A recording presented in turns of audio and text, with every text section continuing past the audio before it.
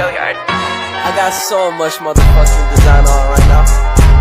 Break it down, bring it back, make it clap. I got 3 old thoughts, new block, where that day. Bitches on my line, and you know.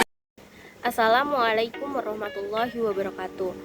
Sebelumnya perkenalkan kami dari kelompok 4. Di sini kami akan memaparkan materi pertemuan 8 yang berjudul tentang sistem pengendalian hasil manajemen. Sebelum memasuki materi, izinkan kami untuk memperkenalkan diri terlebih dahulu. Perkenalkan, saya Ajri Syifa dengan NIM 20101112 beserta rekan saya Asri Fadila dengan NIM 2010111213. Perkenalkan, nama saya Ezra Nur Alifa Jenny dengan NIM 2010111276. Di sini saya akan menjelaskan tentang sistem pengendalian hasil manajemen. Sistem pengendalian hasil manajemen adalah pengendalian hasil yang menjadi suatu upaya pencegahan hal-hal di luar ketentuan perusahaan, di mana apabila suatu hasil atau tujuan perusahaan dapat dikomunikasikan kepada para karyawan dengan benar dan perusahaan dapat mendorong para karyawan untuk melakukan tindakan yang memberikan hasil sesuai dengan yang diinginkan, maka tujuan perusahaan akan lebih mudah tercapai. Nah, adapun kelaziman pengendalian hasil. Pengendalian hasil ini biasanya digunakan untuk mengendalikan perilaku karyawan pada berbagai tingkatan organisasi. Pengendalian hasil umumnya didominasikan pengertian pengendalian perilaku dari karyawan profesional dengan kekuasaan keputusan seperti manajer. Nah, pengendalian hasil ini konsentrasi dengan membutuhkan implementasi dari bentuk desentralisasi organisasi dengan perluasan perwujudan otonomi atau pusat pertanggungjawaban. Nah, adapun kelaziman dari pengendalian hasil. Agar lebih efektif, pengendalian hasil ini membutuhkan implementasi desentralisasi organisasi. Nah, desentralisasi ini merupakan pendelegasian hak dalam pengembalian keputusan. Dengan desentralisasi ini akan dapat lebih jelas dalam menilai kinerja tiap manajer definisi. Nah, desentralisasi ini mempunyai kelemahan. Di antaranya adalah yang pertama, ada resiko tidak terdeteksinya kecurangan manajer. Yang kedua, ada resiko biaya operasional yang tinggi. Yang ketiga, ada resiko terhadap reputasi perusahaan. Meskipun desentralisasi ini adalah cara yang efektif untuk memperdayakan karyawan dalam konteks pengendalian hasil, maka masih terdapat beberapa kelemahan untuk memperdayakan dalam kondisi tertentu. Selanjutnya ada pengendalian hasil dan masalah pengendalian. Pengendalian hasil menyediakan beberapa manfaat tipe pencegahan.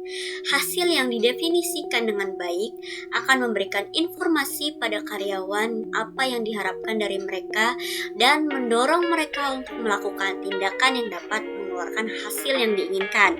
Nah, dengan cara ini pengendalian hasil mengurangi potensi adanya kurangnya pengarahan. Nah, pengendalian hasil ini juga dapat menjadi efektif khususnya terkait dengan masalah motivasi.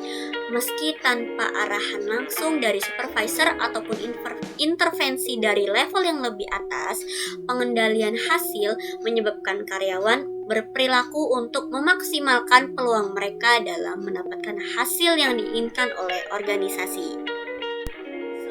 Ada 4 elemen dalam implementasi pengendalian. Yang pertama ada mendefinisikan dimensi. Mendefinisikan dimensi kinerja melibatkan keseimbangan tanggung jawab organisasi.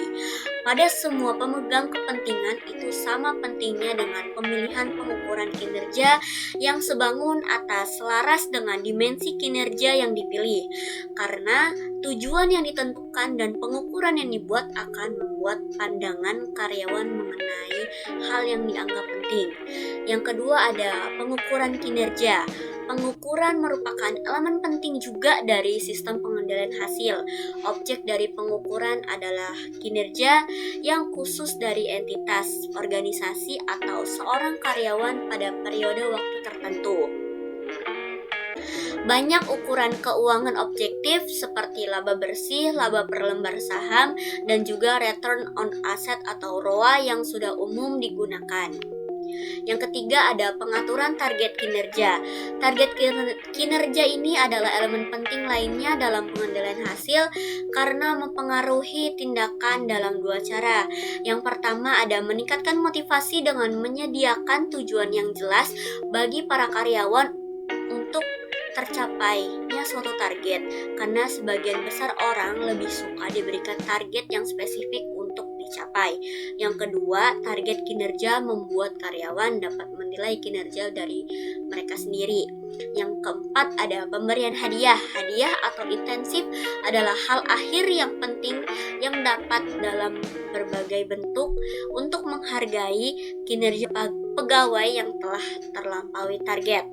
Hadiah dapat berwujud kenaikan jabatan, kenaikan gaji, ataupun bonus, kesempatan pelatihan, dan lainnya.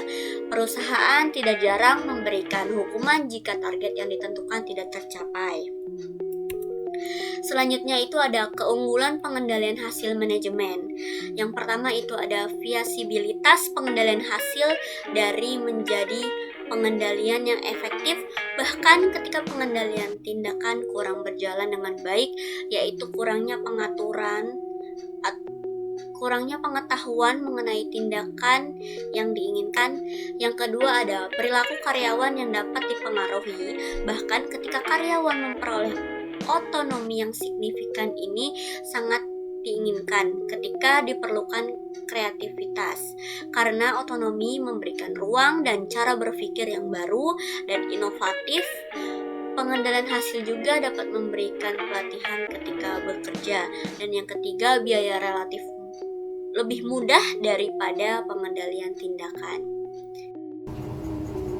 Baik, selanjutnya ada kelemahan pengendalian hasil manajemen.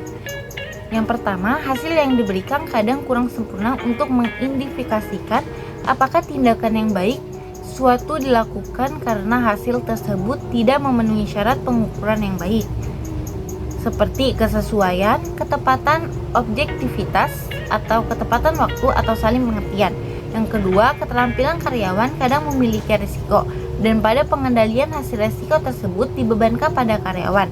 Ketika perusahaan membuat karyawan menanggung risiko, manajemen harus menawarkan karyawan tingkat kompensasi yang diharapkan lebih tinggi atau premi risiko dibandingkan ketika karyawan tidak menanggung risiko. Yang ketiga, target kinerja yang merupakan bagian dari sistem pengendalian hasil, misalnya target anggaran, biasanya tidak mampu memenuhi semua fungsi pengendalian terhadap dua fungsi penting pengendalian, yaitu motivation dan koordinator. Yang keempat, beberapa karyawan kurang suka dengan otonomi dalam bekerja. Hal ini dikarenakan karena kurang menikmati tanggung jawab yang diberikan atau resiko yang diberikan kepada karyawan. Untuk mengatasinya, karyawan diberikan pilihan untuk bekerja sesuai keterampilan dan ambisius. Lalu selanjutnya ada kondisi yang menentukan aktivitas pengendalian hasil. Pengendalian hasil tidak selalu dapat digunakan secara efektif. Pengendalian hasil bekerja dengan baik hanya ketika seluruh kondisi berikut ada di dalam perusahaan. Yang pertama, organisasi dapat menentukan hasil apa yang diinginkan di dalam wilayah yang dapat dikendalikan. Yang kedua, karyawan yang tindakannya dikendalikan memiliki pengaruh yang signifikan terhadap hasil yang mereka pertanggungjawabkan. Hanya ini yang bisa kelompok kami sampaikan. Kurang dan lebihnya mohon maaf. Wassalamualaikum warahmatullahi wabarakatuh.